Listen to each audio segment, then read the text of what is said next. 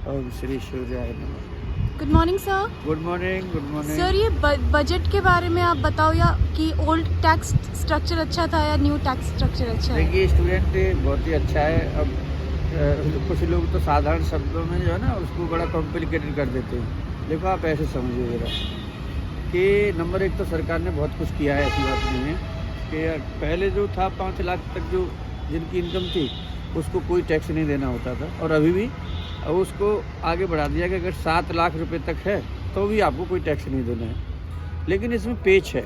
देखो, पेच इसमें यह है कि अगर आपके पास होम लोन है और होम लोन के साथ उसकी इंटरेस्ट भी दे रहे, उसका प्रिंसिपल अमाउंट भी दे रहे, आपने LIC भी करा रखी है, आपके पास स्टूडेंट अपने बच्चों की खुद की फ़ीस का भी मतलब है, अगर ये सारी की सारी अगर डिडक्शंस आपको अवेल करनी है तो स्टूडेंट्स एंड माय कॉलीग्स, ये पुराना वाली टैक्स स्ट्रक्चर अच्छा है, एकदम सीधे सपाट शब्दों में।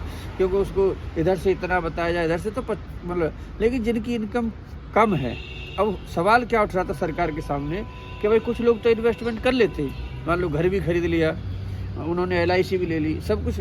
लेकिन कुछ तबका ऐसा भी था, सरकार ने सोचा था कि भाई उनके लिए हम क्या रिलीफ दें जिनके पास कोई इन्वेस्टमेंट ही नहीं है। तो उनके लिए सबसे बेटर एक सरकार ने उनको 7 लाख तक तो भाई ये कह दिया कि तुम जो है ना कोई टैक्स की आवश्यकता नहीं है। इसके बाद में उन्होंने जो 2021 में भी जो नया टैक्स स्ट्रक्चर था और जो अब जो 2023 में लाए, इसमें भी उन्होंने बदलाव किया है। इसमें बदलाव ये है कि मतलब इनकी जब रेट्स देखेंगे, जिसकी पहली इनकम किसी की 9 लाख रुपए थी या 15 लाख रुपए थी, तो जो टैक्स बनना था, जैसे पिछले वाले जो न्यू सिस्टम में भी जो टैक्स बनना था, अब वो भी कम कर दिया है। तो कुल मिलाकर के और पूरे जो बजट में जो 45 लाख करोड़ रुपए का बजट है भारत का, तो आप उसमें एक देख सकते हैं कि सरकार ने टैक्स के थ्रू जो डायरेक्ट टैक्स है, इसमें भी लगभग 32,000 करोड़ रुपए का समाज को, टैक्स पेयर को रिलीफ दिए, और इसमें वो गरीब तबका है जिसकी की इनकम कम है।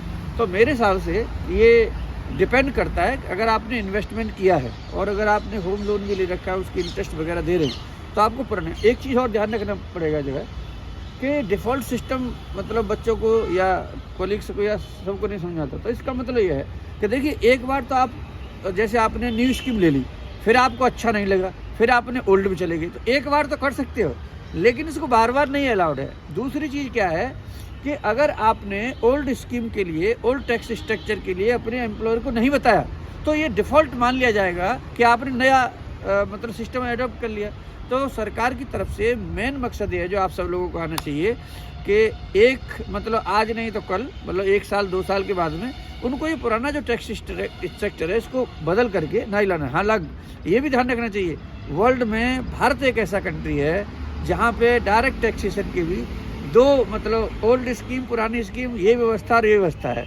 तो देखिए, इसके मतलब पूरी दुनिया में देख लो, कोई भी देश देख लीजिए आप, किसी भी देश में ये दो चीज़ नहीं मिलेंगी, लेकिन भारत में अच्छा है। उन्होंने इसीलिए सरकार ने किया है कि भाई जिस मतलब व्यक्ति ने कोई जो सेविंग कर ही नहीं रखती थी, कोई इन्वेस्टमेंट किया ही नहीं था, तो उनको भी तो कोई रिलैक्स देना चाहिए था।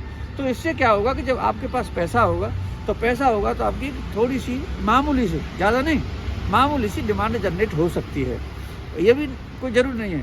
तो लेकिन समाज के लिए और देश के लिए छोटा सा ही सही, मतलब चुन्ना सा ही समझ लो, ऐसे बच्चे कहते हैं चुन्ना सा ही, बहुत ही ऊँट के मुँह में जीरा जैसा ही है, कोई ज़्यादा बहुत बड़ा खुश होने की और उसमें कोई नहीं है, लेकिन है तो सही ना। तो आगे आने वाले समय में हमारा तो सुझाव भी ये रहेगा, तमाम तरह के स्लैब वगैरह है ना, इनको ख़त्म करो, GST की तरह 12% लो, 15% लो, और जिसकी जो इनकम है ना, कोई डिडक्शन नहीं, कोई कुछ नहीं। तो ये देखिए, अभी 2024 में भी चुनाव है, तो कुछ लोग कह रहे हैं चुनावी बजट, ऐसा नहीं है, क्योंकि अगले साल तो फरवरी में मतलब फिर बजट करना है और उसके बाद चुनाव होगा। लेकिन एक बात आपको समझ लेनी चाहिए कि 1-2 साल के बाद में, या मैं भी ये डिमांड करता हूँ कि ये डिडक्शंस और इनकी सब मतलब बहुत सारी जो परम्यूटेशन कॉम्बिनेशन है, इनको आप इग्नोर करके सीधा सा दे दीजिए कि भाई साहब आपको 12% टैक्स देना है। अगर आपकी इनकम 15 लाख तक है और 15 लाख से ऊपर है तो आपको 15% देना, कोई डिडक्शन नहीं, कोई कुछ नहीं।